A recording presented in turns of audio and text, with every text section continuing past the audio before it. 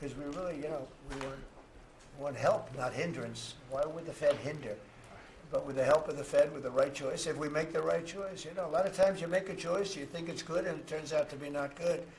But with the help of the Fed, we could hit numbers that have never been hit before. We could hit 8, 9, 10. There's no reason why not.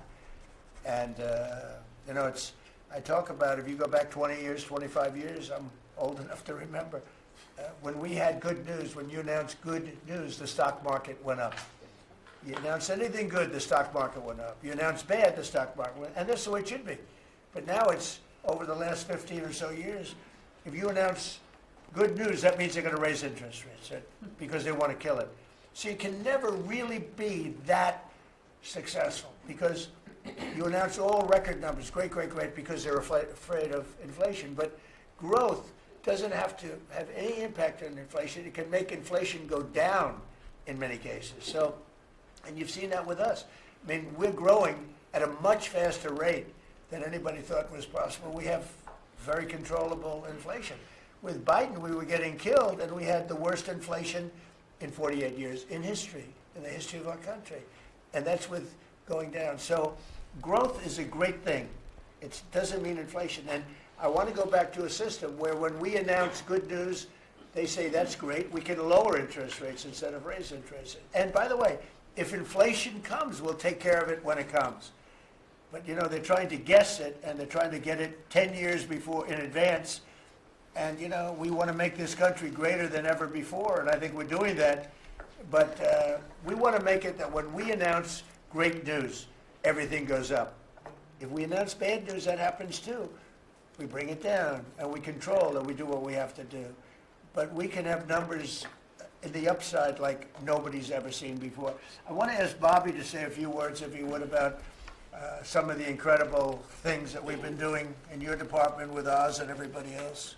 Mr. President, we're in the process of implementing your great healthcare bill, which is going to increase affordability, drive down costs, and increase the quality of healthcare for every American. You mentioned MFN, Most Favored Nation. We now have agreements with 16 of the 17 drug companies. And you asked us to do something, Clinton had promised to do this, Biden had promised to do this, Obama, Bush had all promised to do it. None of them succeeded. It was regarded as impossible, and you made it 10 times harder. As you said, not only do I want MFN, but I want them to all reshore their production to this country. And they don't have any money to do it because we've taken it all from them. And I want to make sure we continue to lead the world in innovation. We succeeded in all of those goals, and the proof that we did that is after we signed those agreements, the stock prices for those companies went up $1.3 trillion. Amazing. And they are reshoring. Eli Lilly is building 6 new plants, including an API plant. So the next time that we have a pandemic in this country, we're not going to be stuck buying API from China, who cuts us off. We're going to be able to make it right here. Novo Nordisk is building 4 new plants, and we are going to be releasing Trump RX so that every American can get the lowest prices in the developed world. In some cases, they're going to be lower than the lowest prices in the developed world. And that's going to be happening sometime probably in the next 10 days. So we're doing rural health care. We sent out $10 billion last week. The states have that money. They're going to be giving it to rural hospitals sometimes in the next 2 weeks. And we're going to revolutionize rural health care in this country. You are raising the influx of federal dollars to rural health care by 30% over the next 5 years. So 30% every year, more dollars, federal dollars, are going to be flowing to them. It's going to allow them to rebuild their decaying infrastructure, to retain providers, and also to revolutionize the use of AI and other technologies, which is going to dramatically lower the prices for rural Americans and raise the quality of their health care. Brooke and I released the dietary guidelines, which have been received incredible acclamation from both sides of the aisle. We are going to change the food culture in this country. Brooke gives away $405 million a day to buy food for Americans, and the WIC program, the Head Start program, SNAP, school lunches, the VA, and the military, they're now going to be getting real food for the first time. And it's going to, and Brooke came up with the ingenious idea of requiring every store in this country that accepts food stamps to double the amount of real food that they're selling. And this is going to drive changes in the market, and it's going to lower the cost of meats, of proteins, of whole grains, of fruits and vegetables, so that every American will have in their reach an affordable meal that actually is real food. 70% of American kids now are, 70% of the diet of American kids is now ultra-processed foods. That's why we're spending $5 trillion in treating chronic disease in this country every year. We are attacking fraud. We have Oz finding hundreds of billions of dollars of Medicaid, Medicare fraud in states like Minnesota and California, and we are clawing back that money. We also accomplished something that every American has promised, which is prior authorization. Now we have 80% of the insurance industry that has agreed to eliminate prior authorization in almost all of their procedures. So that this is going to dramatically change the experience of every American with the healthcare system. When you go to your doctor at your point of care, before you leave that office, you will know whether the insurance company is going to pay for the procedure or not. And that is going to, as I said, change the experience. We're also doing price transparency, which you passed during your first term. It never got implemented because the Biden administration never enforced it. We brought more enforcement actions against hospitals than in this 1 year, and the Biden administration brought in 4 years, and we're doing a crackdown so that every American, when you go to a restaurant, you look at the prices before you buy the meal. You ought to be able to do that when you go to a hospital, and by the time that we leave office, every American is going to have that guarantee. We're doing a lot of other stuff, but we were told to keep it short. So. And the autism that's moving along, really, is that We've commissioned now dozens of studies, maybe over 100, and we are going to get those done for you. Good, that's so important. Also, Eli Lilly, Merck, Pfizer, every drug company, they're spending trillions of dollars right now, as we speak, building plants in the United States because they want to be able to save a lot of money on tariffs. It'll be hundreds of percent, 100%, 200%, 300% in 2 or 3 years from now. So I said, you better have your plant built because in 2 years from now, before I leave office, it'll be a sad day. Very sad day for me. But before I leave, every one of these plants better be built because you're going to be paying 300% tariffs. And they're all building their little hearts out. I spoke with the head of Eli Lilly, who's a fantastic guy, a star, actually. He's a star, very smart. And he told me he's building 6 plants in the United States, big ones, in locations that I know very well, but all over the country. Merck is building, and Pfizer's building, and every one of them's building, and foreign companies are building. So it's an amazing thing that's happening, and you're doing a fantastic job. I read an article today where they think Bobby is going to be really great for the Republican Party in the midterms. So I have to be very careful that Bobby likes us. But we'll let you do your job, right? Thank you, Mr. President. Thank you. You're doing a great job. You and Oz and the whole group, they're doing a... I'll add this, Marty McCary has done an incredible job at FDA. That's true. Last month, we approved more gene and cell therapies than any time in history.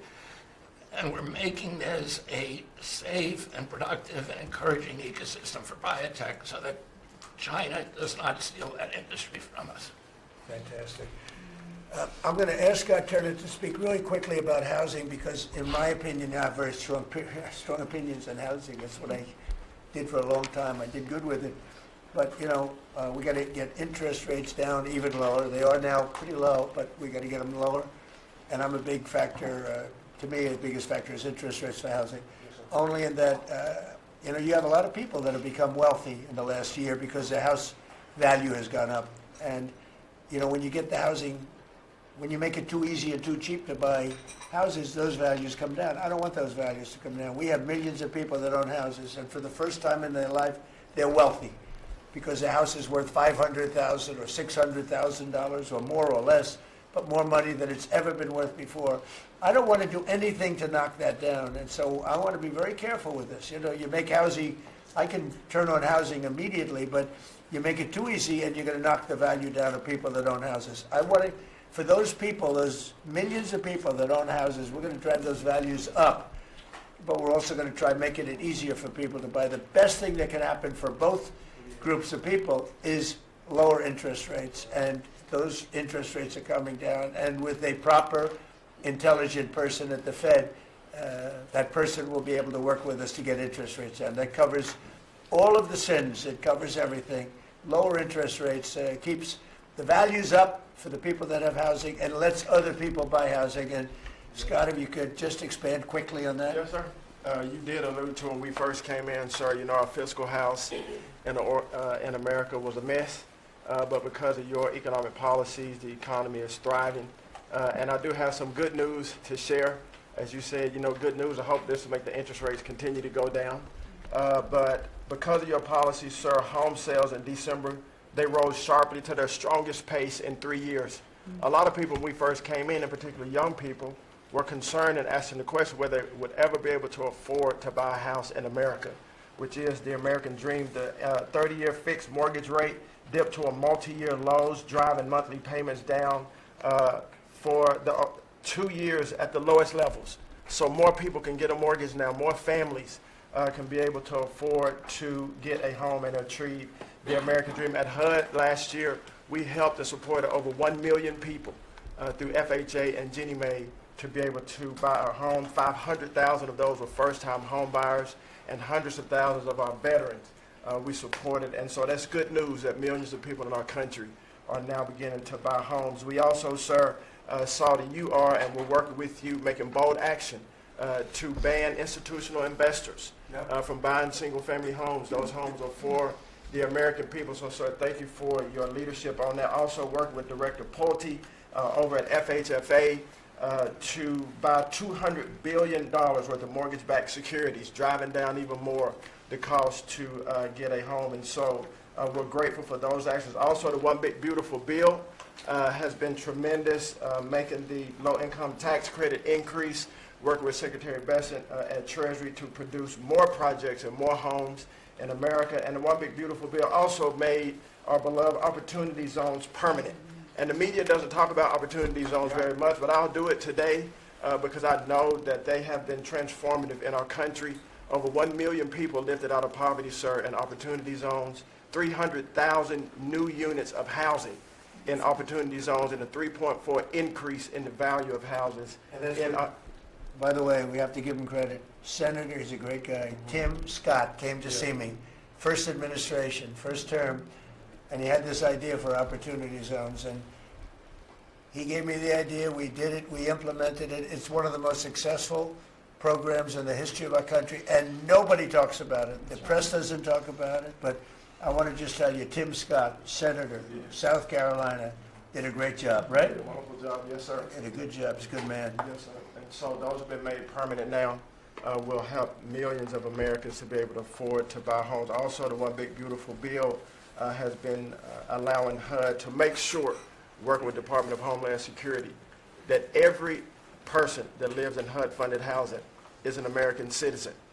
A blind eye has been turned prior to us being here to people living in HUD-funded housing, but no more. We're going to take account and transparency to make sure. And so there's a lot of crime that goes on in public housing, but we're coming after the criminals and making sure that everybody in there is an American citizen. So thank you for your support. We now have taken possession of our new building in Alexandria, and we're going to save the American taxpayers hundreds of millions of dollars. So, sir, thank you for your support and your leadership. Thank you, Scott. Great job. Appreciate it. One of the things Scott said, though, is, again, existing housing, people that own their homes, we're going to keep them wealthy. We're going to keep those prices up. We're not going to destroy the value of their homes so that somebody that didn't work very hard can buy a home. We're going to make it easier to buy. We're going to get interest rates down. But I want to protect the people that for the first time in their lives feel good about themselves. They feel like they